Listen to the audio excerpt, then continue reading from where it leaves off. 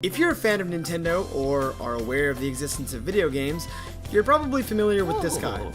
Super Mario is to video games as Michael Jordan is to basketball, Hulk Hogan is to pro wrestling, and that Star Wars holiday special is to shitty Christmas money grabs. That's why it's no surprise that a company like Illumination Studios has taken on the daunting task of adapting the franchise into a feature-length film. I say daunting because, to this day, there have been literally zero good films based on video games. Okay, I have a soft spot for the Mortal Kombat films, but I'm fully aware that it just may be due to my nostalgia, and because they're fucking awesome. Mortal Kombat movies aside, at this point it seems as though adapting a game into a watchable film is nearly impossible. The worst part is, it seems as though everyone who takes on the task keeps making the same mistakes, at the same time missing mandatory marks that anyone with knowledge of the source content could hit blindfolded.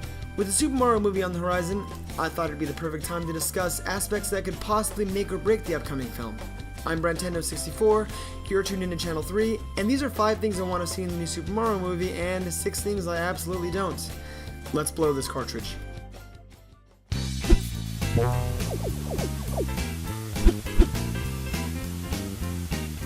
I'll start with what I think is the most commonly made mistake in video game movie history, and that is making these damn films realistic. Why does Hollywood keep insisting on making these films realistic? They're based on video games. They shouldn't be realistic. They should be, you know, whatever the video game was. Sonic shouldn't have fur, and Mario's mustache shouldn't have texture, you know? Luigi doesn't need a pair of Yeezys, and Donkey Kong doesn't need a fucking man bun. Baby Bowser's man bun is the only one I'll accept. Number 2 is original characters. And by original characters, I don't mean Nintendo's original characters. Obviously, that would be a good thing. I mean Illumination Studios' original characters. I don't want them to create Nancy, Mario's new sidekick, or Bobo, Luigi's new pet dog. Mario, Toad, Yoshi, Peach, even this guy. Do you remember this guy? Because I barely do. And even so, I'd rather see him in this film than Illumination Studios' attempt at injecting their own stale character for the sole purpose of selling action figures and plush dolls. Number 3 sort of piggybacks off of number 2, but this is kind of important for me.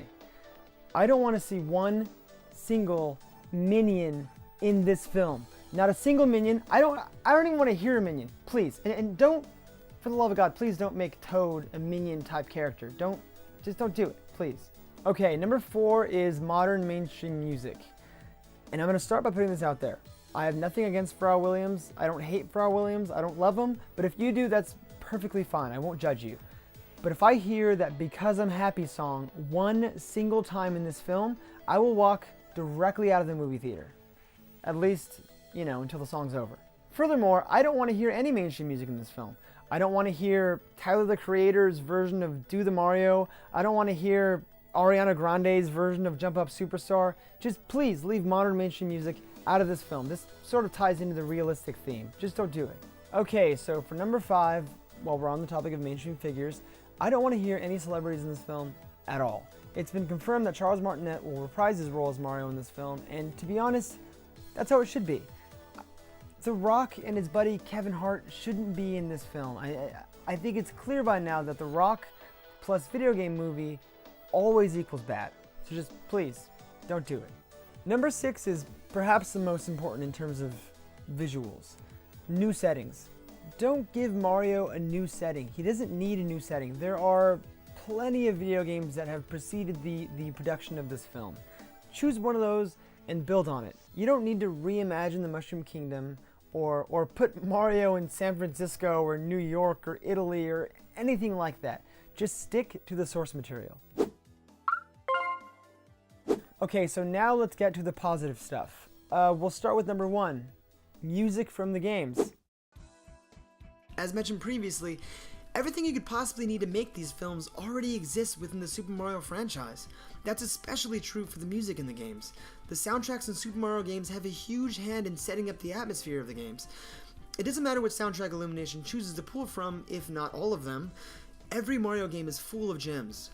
For number 2, what I want to see are levels from the games. Again, so many resources to choose from. How awesome would a kart racing scene be on Rainbow Road, or a recreation of the Wing Cap course from Super Mario 64? I want it to open in a way in which all of the fans of Mario are going to be engaged from the get-go.